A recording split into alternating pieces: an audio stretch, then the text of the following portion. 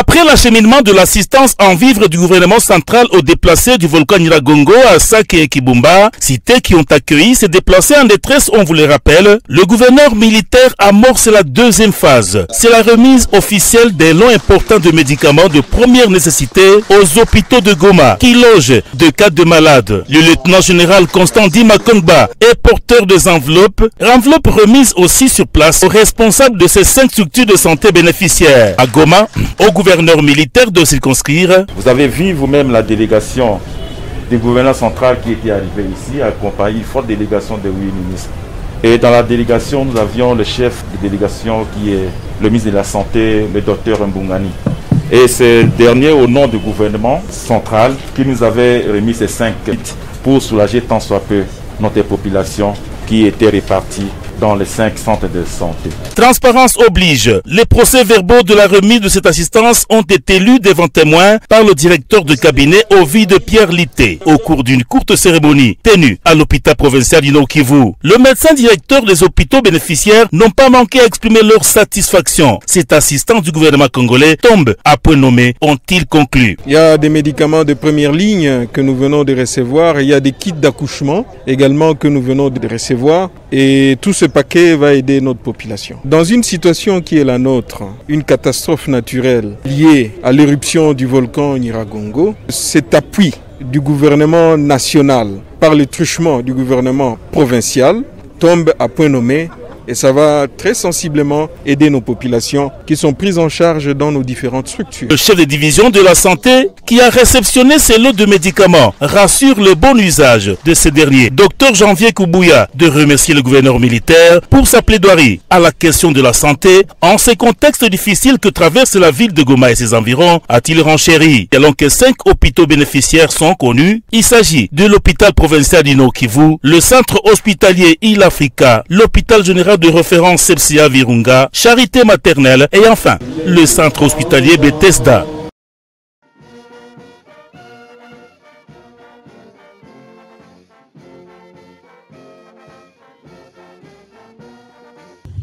Que les coulées de lave se sont nettement stoppées et solidifiées et que les tremblements de terre ont sensiblement diminué. En conséquence, après consultation des scientifiques de l'Observatoire volcanologique de Goma, après avis de la protection civile et en concertation avec le comité provincial de sécurité, j'invite en premier lieu la population dont les maisons sont en bon état à regagner leur domicile respectif. En second lieu, le retour des autres compatriotes sinistrés, dispersés dans des sites d'hébergement, se fera gratuitement sous la coordination de l'autorité provinciale de manière suivante. Axe Goma-Sake, du 8 au 9 juin 2021. Axe Nyiragongo-Goma, le 10 juin 2021. Axe Rutshuru-Goma, du 11 au 12 juin 2021. Axe Bukavu-Minova-Goma, du 15 au 17 juin 2021. Axe Butembo-Beni-Lubero-Goma, du 16 au 17 juin 2021. Axe Rwanda-Goma, du 19 au 20 juin 2021. Au regard de l'évolution positive de la situation, j'autorise également la reprise des activités administratives, commerciales, économiques et socio-culturelles. L'ouverture des écoles sera effective à la fin de l'évaluation des dégâts. Il sera question de constater si les infrastructures scolaires sont endommagées après les secousses des tremblements de terre. Les écoles ouvriront leurs portes le 14 juin prochain suivant la décision commune de toutes les parties prenantes. Toutefois, j'appelle la population à demeurer vigilante en rapport aux activités volcaniques, au respect strict des gestes et barrières contre la troisième vague de Covid.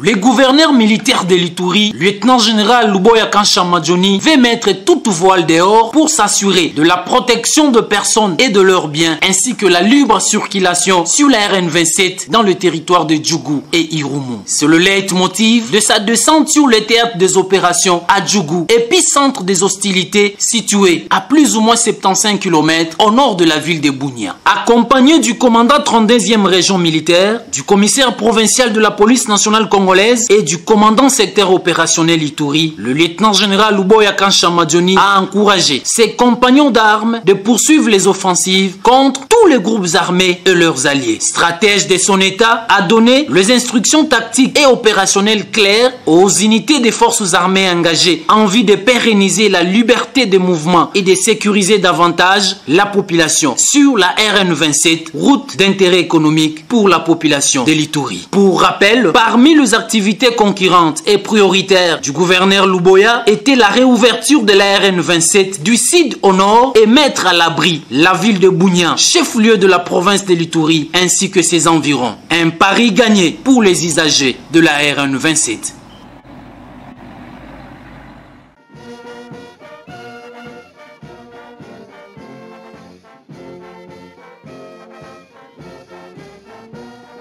Profitant de sa mission d'inspection de troupes et de commandement en territoire de Djougou, le gouverneur militaire de l'Ituri, le lieutenant-général Luboya Kanshamadjoni, qui dans sa toute première visite a échangé avec la notabilité locale ainsi que la population, le bien fondé de l'état de siège décrété par le chef de l'État en Ituri, la réconciliation de toutes les communautés de Djougou, l'appel de groupes armés à déposer les armes, tel a été le message clé du numéro 1 de la province de l'Ituri. La population doit attendre de nous la sécurisation de Djougou, mais aussi de toute la province de l'Ituri. Dites déjà à vos frères là-bas qu'ils arrêtent, qu'ils rentrent dans les champs cultivés. Dans l'objectif d'accompagner les autorités militaires de l'Ituri, le chef de chefferie et secteur du territoire de Djougou ont signé un acte de bonne foi de sensibiliser leurs fils et filles de quitter les groupes armés.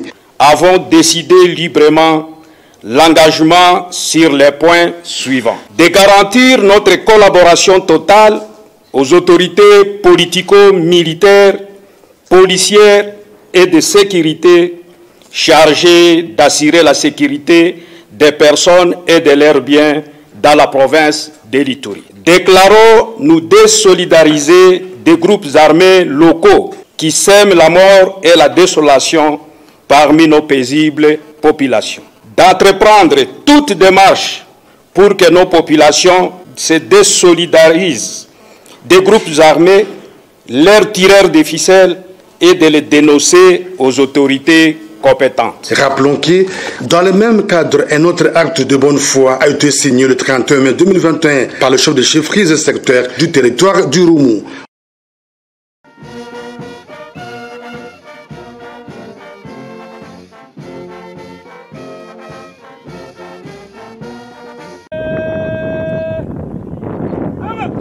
Le général de brigade Kassongo Maloba Robert, nouveau commandant du secteur opérationnel de l'Ituri, a officiellement pris son commandement. Il remplace à ce poste l'amiral Ejidengoï, qui a assumé l'intérim à la tête de ce secteur opérationnel. Et dans le commandement ici, depuis le 10 janvier 2020 jusqu'à aujourd'hui, ça fait 5 mois qu'on a œuvré avec l'ensemble des membres d'état-major ici. On a fait ce que nous on pouvait faire et ce qui est resté là, je crois que vous allez faire aussi mieux que nous autres. Mes sincères félicitations et toutes les bonnes choses encore, bonne chance. Le général Kassongo Maloba Robert, il était nommé dans le cadre de mesures d'accompagnement de l'état de siège pour traquer et neutraliser les groupes armés dans la province de l'Ituri. Nous allons continuer poursuivre sur le même lancé. Nous vous remercions pour votre accueil et nous sommes là. La priorité, ce ne sont pas les réunions, c'est l'efficacité sur terrain, la détermination. Et ça, non, ça c'est mon modus operandi. Nous allons continuer à travailler ensemble. Rappelons que le général Kassongo Maloba Robert vient de Kalemi, où il était commandant de la 22e brigade de réaction rapide et commandant des opérations Usalama dans la province du Tanganyika. Désormais, les commandements de l'état de siège en province de l'Ituri sous l'œil vigilant du lieutenant-général Luboya Kashamadjoni est donc au complet.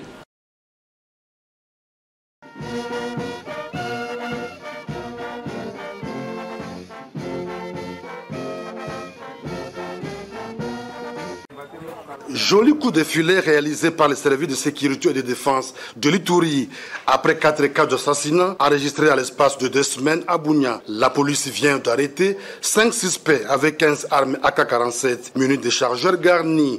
Résultat d'intensification des patrouilles à cette période de l'état de siège, a dit le commissaire provincial de la PNC à Ituri, le commissaire divisionnaire adjoint Ngoyi Sengelo Akiyo. C'est l'occasion ici d'appeler encore la population à la collaboration, à la dénonciation, à l'échange des informations qui nous ont poussé déjà à ces résultats. Occasion pour le gouverneur militaire de l'Ituri de féliciter le travail abattu par les forces de l'ordre. Tous ces criminels, tous ces bandits, ils doivent savoir qu'à partir d'aujourd'hui, ils seront traqués jusque dans leur dernier retranchement. On commence par Bunia, et je crois qu'on a déjà maîtrisé Bunia. Et on va aller partout. On va les matraquer. Partout où ils seront, on va les poursuivre. Il y a des personnes qui pensent qu'ils peuvent encore nous humilier en faisant ce qu'ils ont fait hier à Tchabi, à Boga. Mais rassurez-vous, ça va s'arrêter. Nous montons en puissance petit à petit. Nous commençons par là où nous sommes. Et tous ceux-là qui sont en train de collaborer avec l'ennemi, que ce soit la population, que ce soit parmi nous, nous vous disons que nous allons vous traquer. Cette arrestation coïncide avec l'arrivée à Bunia de l'auditeur supérieur militaire dans le cadre de mesures d'accompagnement de l'état de siège. Ces présumés criminels ont été mis à sa disposition au lieutenant-général Luboya Kashamadjoni de dire, je cite, qu'il soit sévèrement sanctionné. L'auditeur supérieur, voilà vos premiers clients, ils sont là. Il faut vraiment que tout le monde, tous les délinquants se rendent compte de ce que vous allez faire d'eux. Parce qu'ils seront l'exemple. Et ça, je veux vraiment insister. Si la prison de Bunia ne peut pas vous recevoir, je vais vous envoyer à Ngenga. Les moyens sont là. Pour montrer que nous n'allons reculer devant personne et rien ne pourra nous faire reculer.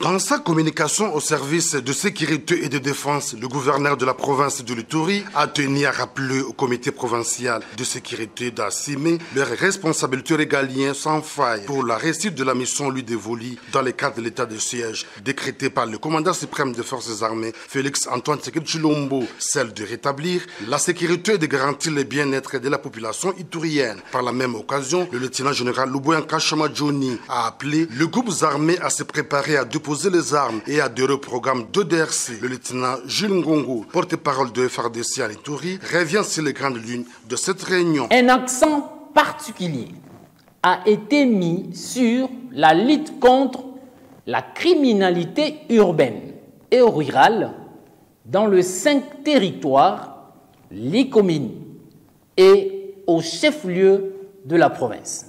Sous la coordination du lieutenant-général Luboya Kashamadjoni, appelle les groupes armés à se préparer à déposer les armes. Signalons qu'au cours de cette réunion, l'état de lieu de la province a été présenté tour à tour par les différents services de défense et de sécurité de la justice militaire et civile, ainsi que les maires de la ville de Bunia, dont la situation générale demeure sous contrôle des forces armées.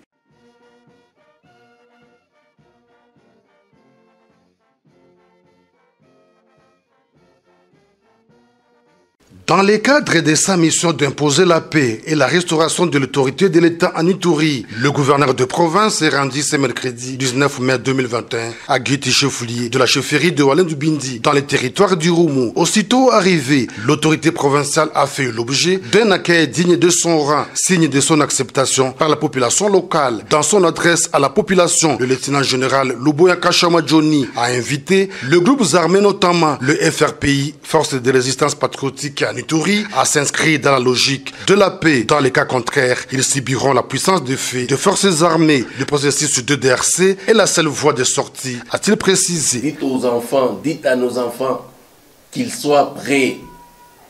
Je ne veux pas vous dire aujourd'hui, non, maintenant là qu'ils commencent à venir déposer les armes. Aux groupes armés étrangers, le gouverneur de province avait un seul message à la population, celui de se désolidariser. Ne leur donnez pas cette occasion-là, on n'en veut pas. Et ceux-là, vous allez voir, nous allons les traquer jusqu'à leur dernier retranchement. Et ceux-là même, nous allons traquer, et eux, et leurs complices. Et là, on sera sans pitié. Rappelons que le lieutenant-général Luboya Kashama était parmi les officiers chargés des opérations de DER de la même milice en 2012, dont sa présence à la tête de la province du Ituri constitue un espoir pour la population de la chefferie de Walendu-Bindi.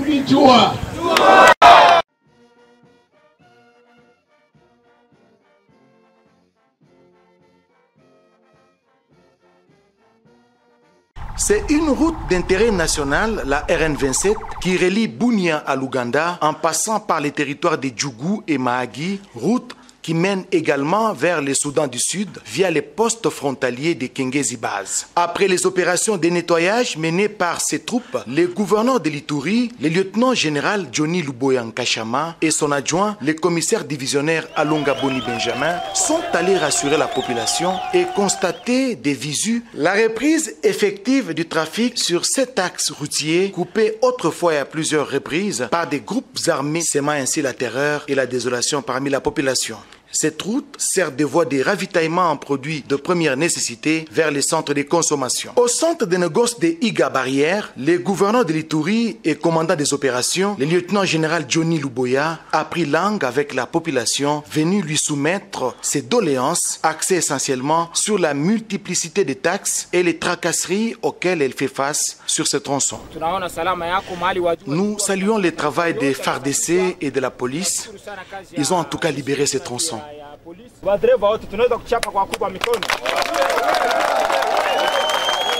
Sur son chemin de retour vers Bunia, le cortège de l'autorité provinciale a été stoppé net par la population qui tenait à tout prix à communier avec les nouvelles autorités. Expression de joie doublée d'un vœu ardent, celui du retour effectif de la paix et la sécurité sur l'ensemble de la province, comme le veut le commandant suprême de FARDC, Félix Antoine Tshisekedi Tshilombo.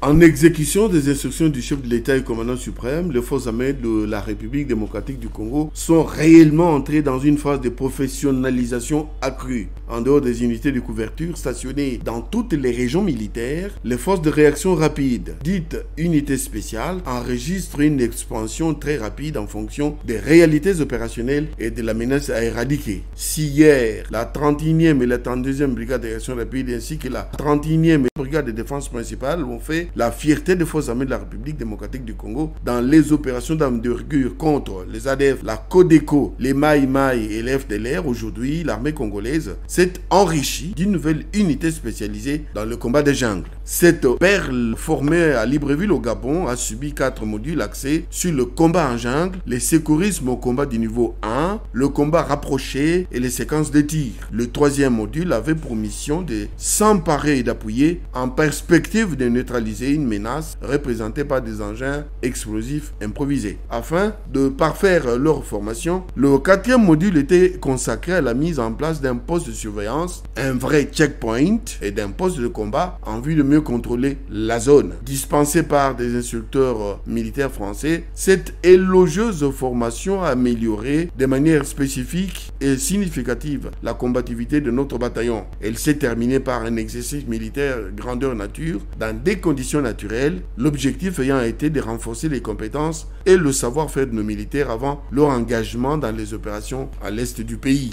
La formation ainsi magnifiée ce jour est assurée par des éléments français au Gabon, unité d'élite créée depuis le 1er septembre 2014 en vue de répondre de manière concrète aux enjeux stratégiques et sécurité régionaux dans l'espace de l'État économique des États de l'Afrique centrale. En luminaire, les formations ainsi dispensées reposent sur le maintien de la paix, l'action de l'État en mer, le combat d'infanterie, le combat de blindés, le combat en forêt, le combat fluvial, l'artillerie, le génie, les formations entraînement des postes de commandement technique, aéroportés et de maintenance notamment. Le bataillon des FARDC spécialisé en combat de jungle, composé de 450 commandos, sera bientôt utilisé sur l'état des opérations à l'est du pays. Spécialement déployé dans le cadre de l'état de siège, il sera utilisé contre toutes les forces négatives dont l'ADF dans le Grand Nord et contre les miliciens Codeco et FPIC en Ituri. Dès cet instant, toutes ces forces doivent déposer immédiatement leurs armes ou elles seront tout simplement écrasées.